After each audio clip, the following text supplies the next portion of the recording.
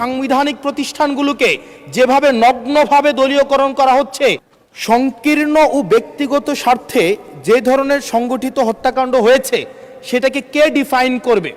সেটাকে কিন্তু ডিফাইন করবে এই আইন অনুযায়ী জাতীয় মানবাধিকার কমিশন।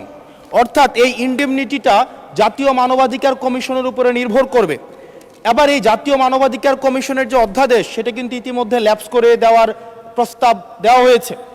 এখন এই জাতীয় মানবাধিকার কমিশনটা এটা যে 2009 সালের অনুযায়ী যদি চলে তাহলে সেটা কিন্তু পুরোপুরি সরকার নিয়ন্ত্রিত একটা মানবাধিকার কমিশন।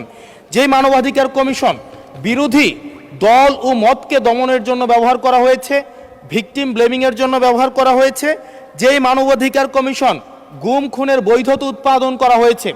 মাননীয় স্পিকার, এই মানবাধিকার কমিশনকে যদি আমরা মন্ত্রণালয়ের অধীনে রাখি এবং ওই মানবাধিকার কমিশনের মধ্য দিয়েই যদি আমরা জুলাই গণ অভ্যুত্থানের এই কার্যক্রমগুলোকে বিচারের এবং নিরীক্ষণের দায়িত্ব দেওয়া হয়, সেক্ষেত্রে এই নিরীক্ষণ কিন্তু প্রশ্নবিদ্ধ হবে।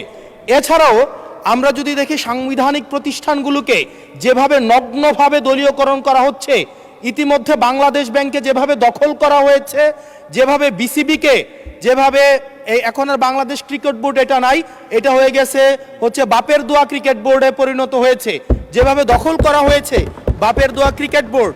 এবং আমি যখন এই জায়গায় কথা বলছি ঠিক এই মুহূর্তে 28 জন বিচারককে মাননীয় স্পিকার তাদেরকে শোকজ দেওয়া হয়েছে।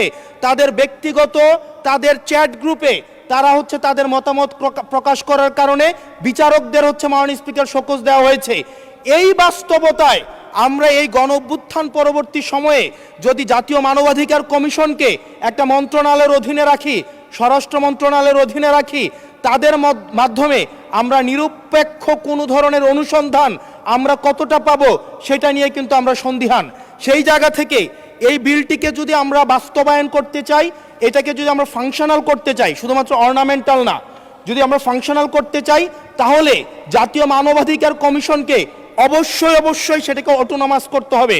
আমার সামনে যারা আছেন আমরা হয়তো আমাদের থেকে এখানের প্রত্যেকটা সদস্য নির্যাতন, নিপীড়ন এবং তাদের যে পলিটিক্যাল রিপ্রেশনের মাত্রা শত সহস্রগুণ বেশি।